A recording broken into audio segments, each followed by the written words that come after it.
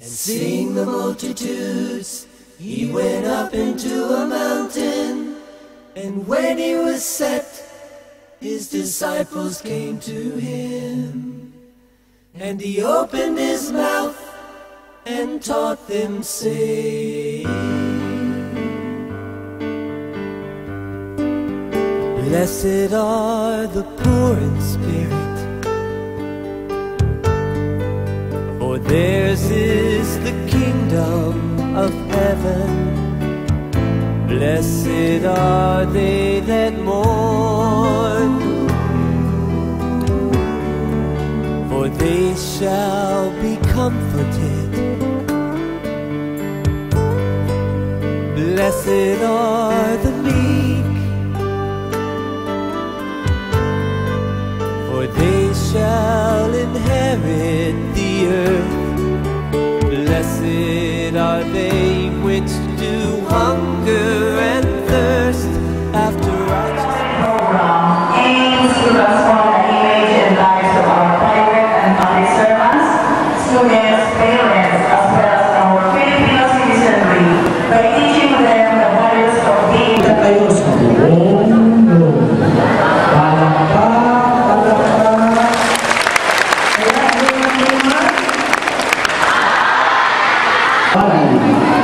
Kami sa palay, kabog-kabog sa mundo.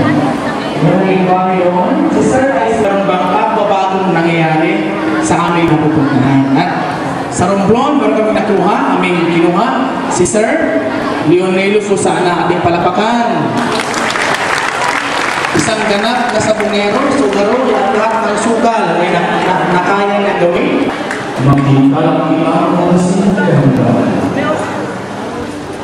Blessed are the poor in spirit, for theirs is the kingdom of heaven. Blessed are they that mourn, for they shall be comforted. Blessed are the meek,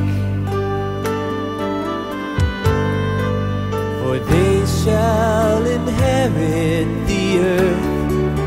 Blessed are they which do hunger and thirst after righteousness, for they shall be filled. Blessed are the merciful, for they shall obtain mercy. Blessed are the pure in heart, for they shall see God. Blessed are the peacemakers, for they shall be called. They shall be Programa ng ating gobyerno dahil sa lahat, sa Ujongan, sa Loo, at Karatulito sa Alcantara, napakarami po kami nakitang problema patungkol sa kabataan. Kakagaling lang po namin sa Tugdan. Yan. Kaya nga, anong sabi ni Dr. Rosersan? Ang kabataan ang pag-asa ng bayan. Kung kayo marunong sa bisyo, magiging pag-asa ba kayo ng bayan? Kaya anong gagawin natin ngayon? Sabihin natin sa sarili natin, huwag natin pakalaman yung ibang tao.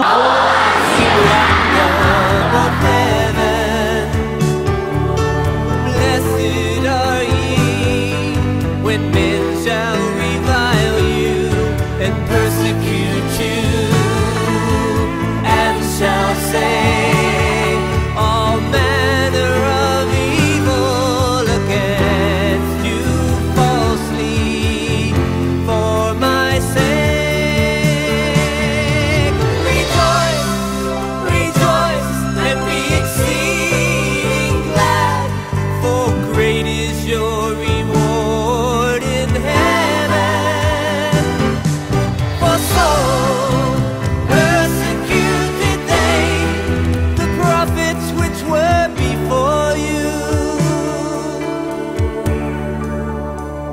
Blessed are the peacemakers,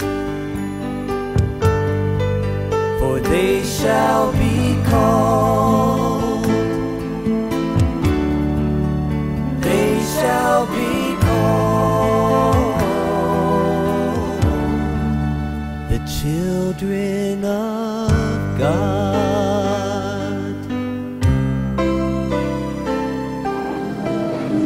Ang Diyos ay naliguan mo.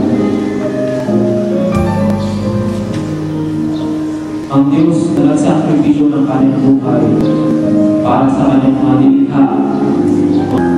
Siguro sabihin mo ngayon, sir, hindi mo lang alam sir kung gaano karami ng kasalanan ang ginawa ko.